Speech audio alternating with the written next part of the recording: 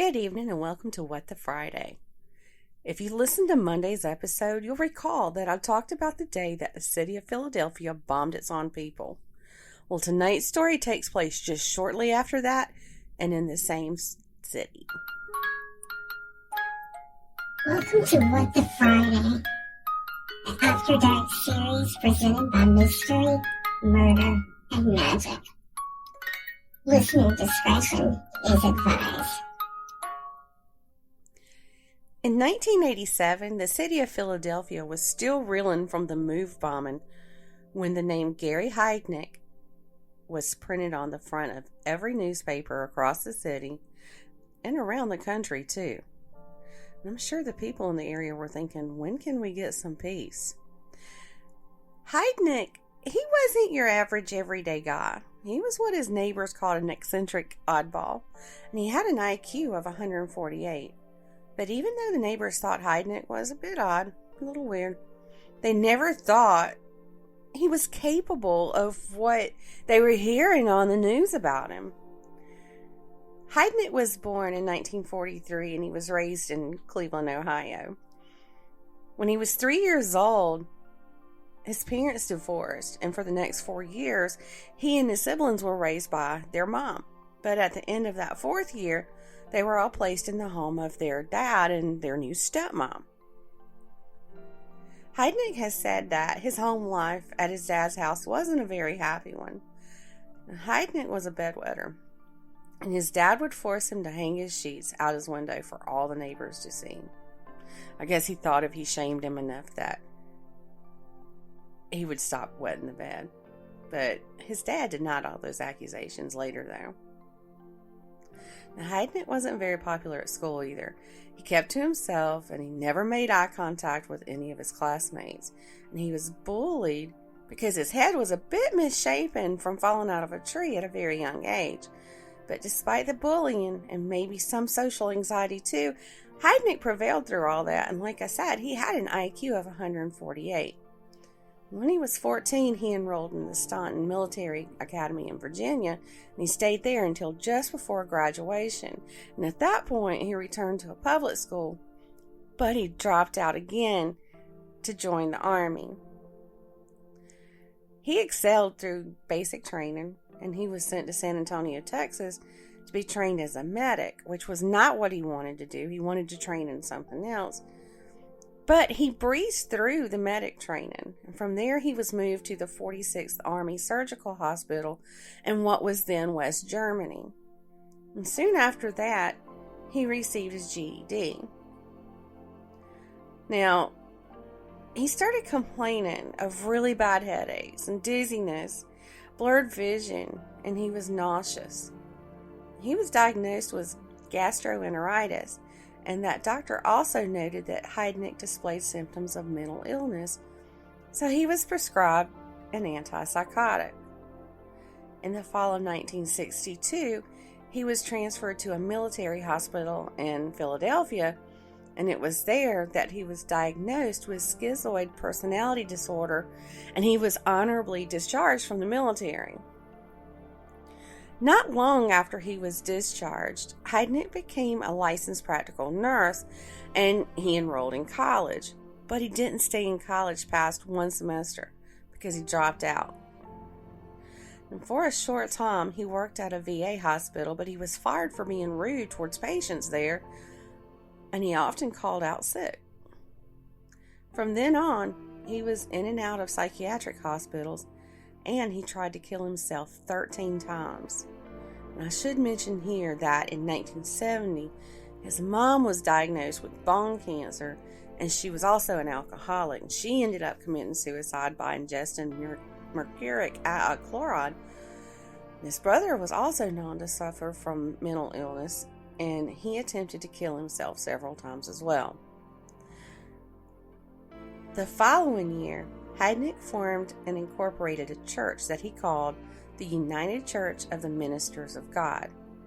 In the beginning, he only had 5 followers, but soon that church was growing, and it was very prosperous from an investment that Heidnik had made in the church's name with Merrill Lynch. In 1983, Heidnik met a woman named Betty Distow, and they met through a dating service. The two wrote letters back and forth to each other for about 2 years, and then finally he popped the question. In 1985, Betty arrived in the United States from the Philippines, and the two were married that October. But y'all, this marriage didn't last long because poor Betty, she caught him in bed with 3 other women. And she also accused him of repeatedly raping her, and he had assaulted her too. And with some help from the Filipino community there in Philadelphia, they helped her leave Heidnik just 3 months after they had married. And when she left, she was leaving with a secret. She was pregnant with Heidnik's son, and he didn't even know about it until he was served with the child support papers. Now, this wasn't Heidnik's only child. He also had a son with a woman named Gail Linkow, and they named the child Gary Jr. And this child was soon placed in foster care, as was a daughter that he had with Anjanette Davidson in 1978. Now, the same year that his daughter was born, he checked Anjanette's mentally disabled sister out of a psychiatric hospital on a day pass. Once he checked her out, he locked her in a storage room down in his basement. And once she was back at the hospital, it was found that she had been raped and sodomized and had also contracted gonorrhea. Heidnik was arrested and charged with kidnapping, rape, unlawful restraint, false imprisonment, involuntary deviant sexual intercourse, and interfering with the custody of a committed person. Now, you would think that all of those charges would be enough to keep him away from the public for a good long time, but he ended up only serving three years, and those 3 years were spent in a mental institution. Well, when he was released from there, he was under a state-sanctioned mental health program. But back to Betty, when she left him in 1986, he was arrested and charged with spousal rape, assault, indecent assault, and involuntary deviant sexual intercourse. Now, that same year, Heidnik decided that he wanted sex slaves, or maybe even a harem, so he started a series of kidnappings in 1986. His first victim would be Josefina Rivera. Josephina was a part-time prostitute that Heidnik had hired for sex.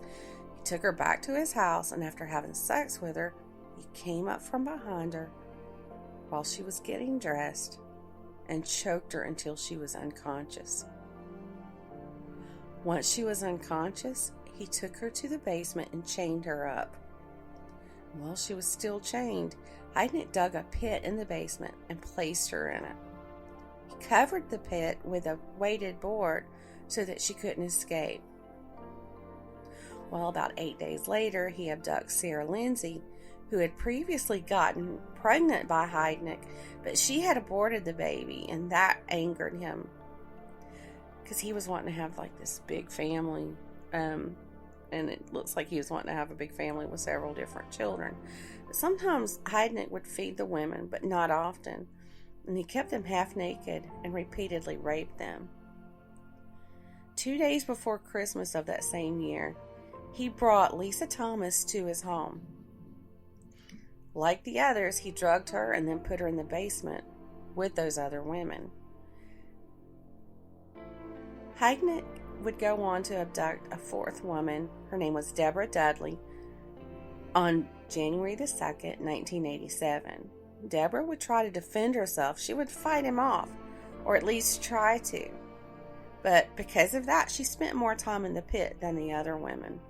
Shortly after she was brought in, Heidnik started ramping up his torture.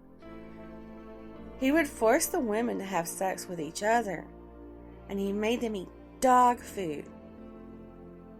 Now, a fifth woman named Jacqueline Askins, she was brought in on January the 18th. Now, for whatever reason, Heidnik became very, very angry with Sarah Lindsay on February the 7th. And to punish her, he strung her up on a beam, like the ceiling beams, down in the basement by her wrist. And he left her like that for 2 whole days. Well, in the midst of all that, she developed a high fever. She died the next morning. Well, y'all, this next part is disturbing.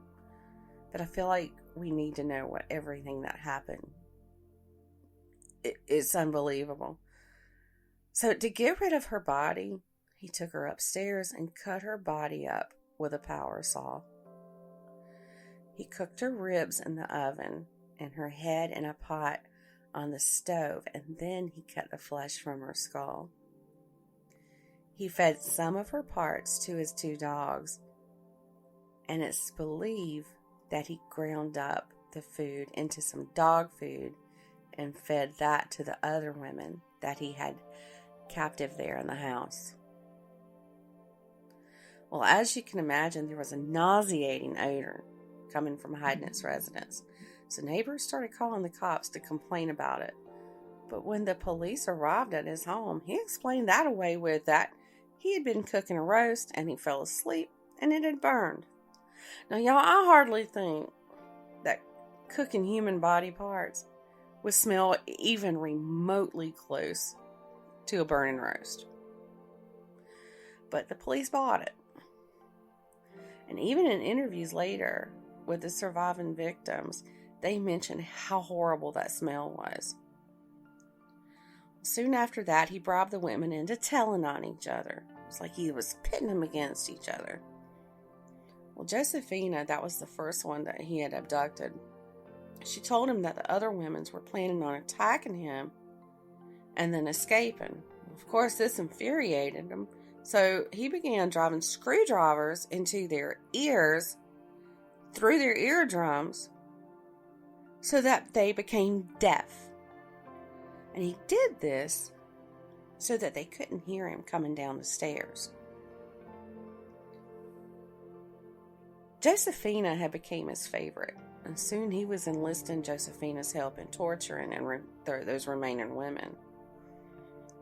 She also had what Heidnik considered privilege. Now, privileges is what he considered them, but those privileges were like going upstairs to watch movies or being in a more comfortable setting to be raped.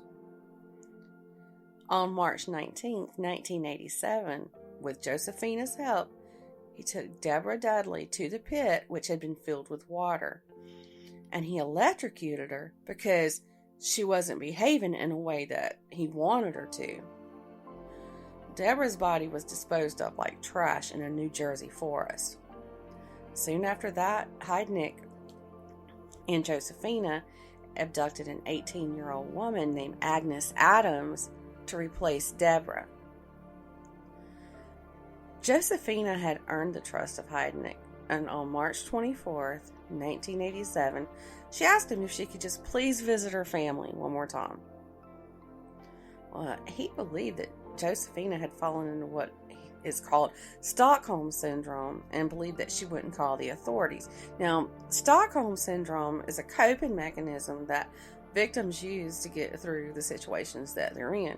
Sometimes they even develop feelings for their captor or abuser. But believing that she wasn't going to go, tell the cops or anything, he let her leave. Probably thinking that she would come back.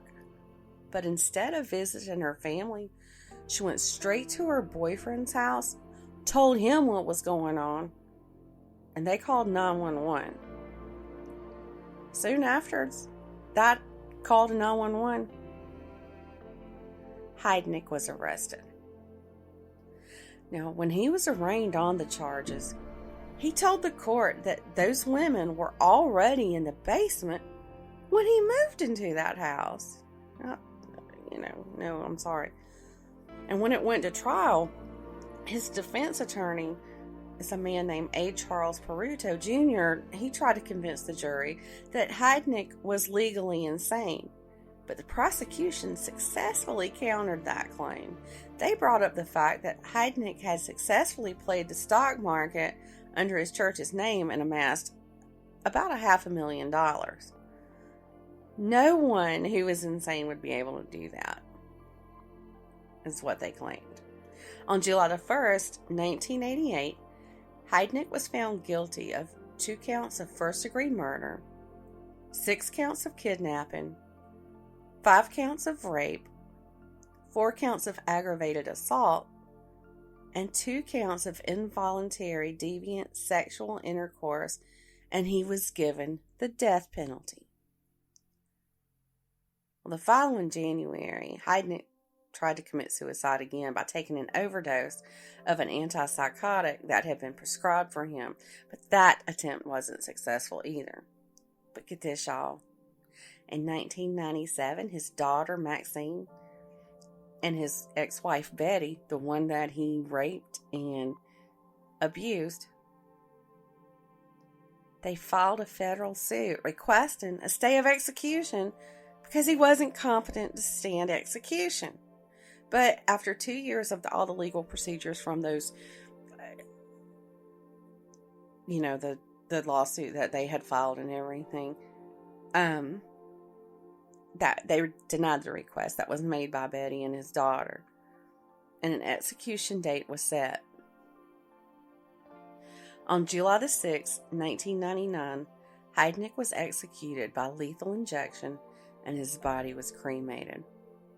Now, he was the last person to be executed in the state of Pennsylvania as of 2022. So, you have to ask, what would make someone do something so heinous? I mean, yeah, we've already talked about his mental illness, but some of those who were involved in the court case don't believe that he had any type of mental illness at all. He had convinced the doctors while he was in the army that he had a mental illness, and he continued to use that as a crutch or as an excuse over the following years. Now, every single one of his victims were African American women between the ages of 18 and mid-20s. He didn't go out and snatch these women off the street. He simply invited them over, and then he went and let them leave. He clearly had thought all of this out. And the strange thing about him abducting only African American women was that I did read somewhere that he preferred African American women more because they respected him more than other races. So my question is, why not torture those that he felt disrespected him? And another interesting fact in this is that on Sundays, he would have his church services in his home. And the 50 members that attended there had no idea that women were being held against their will underneath their feet. And even after his arrest, members of his church or cult or whatever you want to call it were still coming to the church, or what it was his house actually, on Sundays. And I don't think any of this case will ever make sense. I'm pretty sure those followers didn't believe that he was capable of doing that. Because I'm pretty sure, like most, I don't know what to say without saying it condescending, but most of those charismatic church leaders, cult leaders, whatever you want to call them, they're very convincing that they're this nice religious person, but what they really are is manipulative. And Gary Heidnik was like the master manipulator. Now, I've also read somewhere that people have thought that Josephina was a willing accomplice, but I don't believe that for 1 minute, because what I do believe is that poor girl was just doing what she had to do to survive. And let's not forget that she wasn't a girlfriend or a wife or anything like that to Heidnik. He had taken her just like he had taken every single one of his other victims. Now, if this story sounds remotely familiar, it could be because he was part of the inspiration for the Buffalo Bill character on Silence of the Lambs. And other pop culture mentors of Heidnik include a 2018 song by the band Skinned And then there was the plot of a 2012 movie called The Factory that was inspired by Heidnik. And he was also mentioned at the beginning of the Criminal Minds episode titled Cradle to the Grave on season 5, episode 5. Now, I have to say that this episode is probably the one that has disturbed me the most to write and record. I've taken lots of breaks and I've watched lots of cartoons. I know that sounds silly for a 50-year-old, but sometimes you just got to give your brain a rest, you know. And I took a lot of walks around the block too, but many people ask me why I talk about such heinous things on my podcast. And y'all, trust me, it's not because I get off on this type of thing. But the other side of these stories, there are these victims. And their stories need to be told so that we never forget what they've been through. That's all I have for tonight's What the Friday. Come back tomorrow morning for the Weekend Weird Files, and y'all have a good night.